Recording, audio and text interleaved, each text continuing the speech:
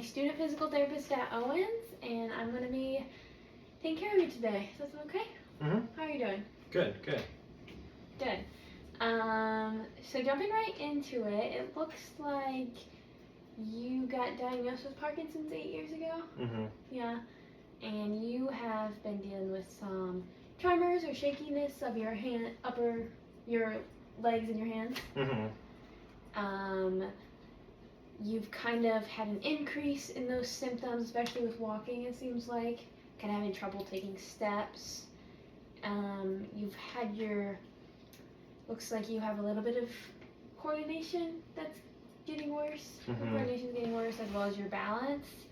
And you have some rigidity, which just basically means you are more stiff than you used to be and don't have as much motion as you used to have. Does that sound right? Yes. And then you're also having some issues getting in and out of bed. Mm-hmm. And having some shoulder pain from an old injury. So I want to talk to you about our goals that we set for you, and you talked about with your PT. So it looks like some of those goals that you have are to improve your walking, to be more independent, to get in and out of bed easier, to get yourself dressed independently, to decrease some of that rigidity, improve your hand coordination, because you like to play harmonica and you haven't been able to do that as much recently, yeah? Mm-hmm. And to get rid of some of that shoulder pain that gets worse when you're moving. Alright, so we just talked about your goals, and along with goals, there's something stopping you from achieving them, right? So those are called impairments, and it's just what's going on with your body that makes you not be able to do a certain function. So one of the impairments that you have been dealing with is you've been a little bit off balance, right? So that is pretty common with Parkinson's patients because you do have a decreased amount of muscle tone, which can make it really hard to balance. Mm-hmm. As well as you've just lost some of your coordination, and that can make it hard to balance as well. So it's really important for you to be good at balance, like get that balance back, because if you have any tasks that require standing and moving or sitting and moving, you don't want to fall. So it's important that we get that balance back. Do you have any questions about that one? Mm-mm. No questions? Okay, so another impairment that we have discussed is some of that rigidity or stiffness that you've been having and just making your motions a little bit smaller. Mm-hmm. So as Parkinson's progresses, that's a pretty common symptom as well. Motions get smaller, movements get harder, and we just want to improve that because I want you to be able to do things independently. So you have these small movements, you're not able to get things for yourself or get yourself dressed or get yourself out of bed. So with that increased motion, it will help you be more independent. Do you have any questions about any of that or what that means? Mm-hmm. And then the last impairment was you have been having a little bit of trouble with hand coordination. Another common symptom of Parkinson's, unfortunately. But I read in your chart that you used to like to play harmonica and you're a little frustrated that you're not able to play it anymore. So hopefully if we work on that hand coordination, we can get you back into playing at least some harmonica again, hopefully. Any questions? We have talked with you about the impairments. Okay, so now that we've talked about the impairments that you have going on, I want to show you a couple of interventions in order to help improve some of those. So one thing that we talked about you were struggling with is your balance. Seated balance while you're moving was a big one that you were having a hard time with. So I want to do this with you, so when you're seated, like at your kitchen at your kitchen sink or something, you're able to move forward, do dishes, you're able to reach, get stuff out of cupboards. So this is a good thing to work on. So what we're gonna do is I'm gonna have you sit in a firm chair like the one I'm sitting in. I want your feet on the floor, your knees right over your feet, and your hips in line with your knees, and your shoulders in line with your hips. So you're sitting up nice and straight with your feet firm on the floor. You're not all the way back in the chair because we want you to sit forward, so you're using your core muscles for balance, okay? Mm-hmm.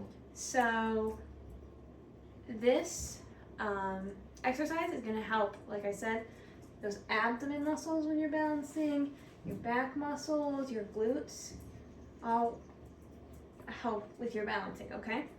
Mm-hmm.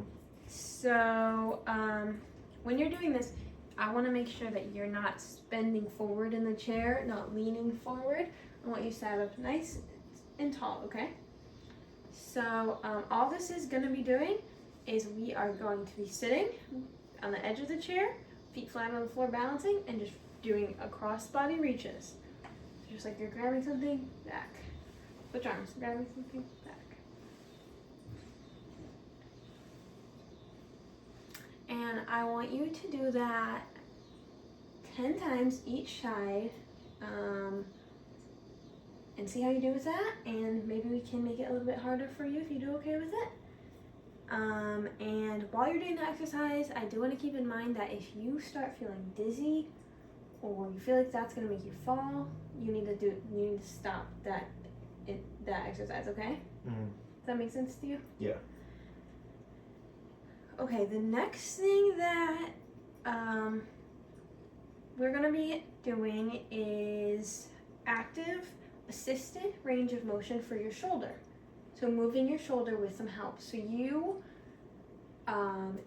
brought your wife here today, so I am going to show her how we do this, and she'll be able to help you at home. So the reason that I want you to do this intervention is because with that rigidity and stiffness that you have, your shoulders feel kind of tight, right? Like Mhm. you can't move them very well. So this will help you get some more motion into your shoulders. So I'm actually gonna have you sit in the chair for this one, so I can show you how your wife is going to help.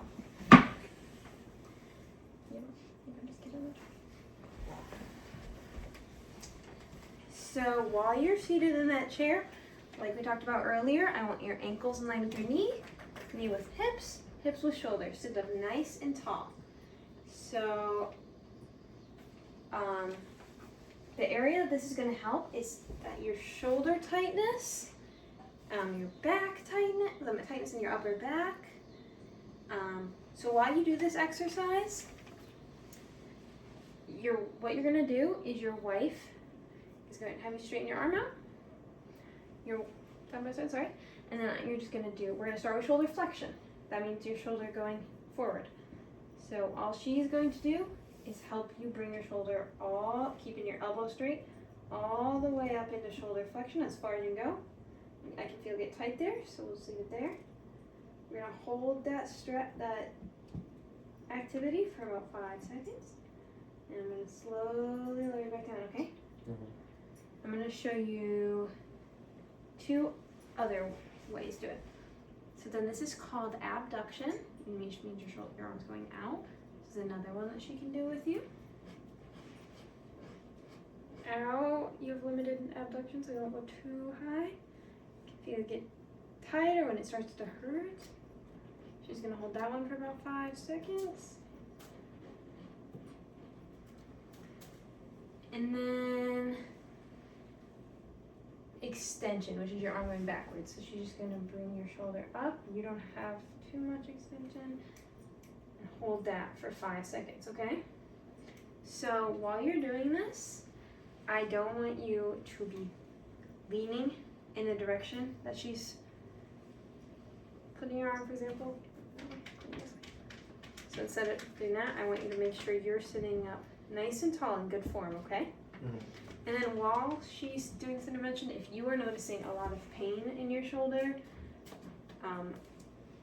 or you feel something that feels wrong, like it snaps, pops, something like that you don't want to feel on your shoulder, that's when I would want you to stop, okay? Mm-hmm. Okay, go ahead and go back over to that chair. So my last intervention for you has to do with that hand coordination we talked about with your impairments, okay? So you like to play harmonica, I want to get you back into playing harmonica if possible. So this is, what I'm going to have you do is rest your hand on a solid surface. I want your elbow in line with your wrist, and your wrist straight in line with your fingers, okay? So all that you're gonna do with this one, this is gonna help with your finger control.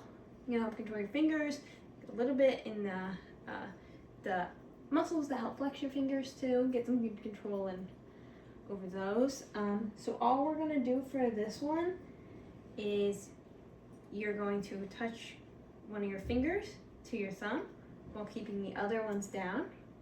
And you're just going to do all 4 of your fingers touched to your thumb.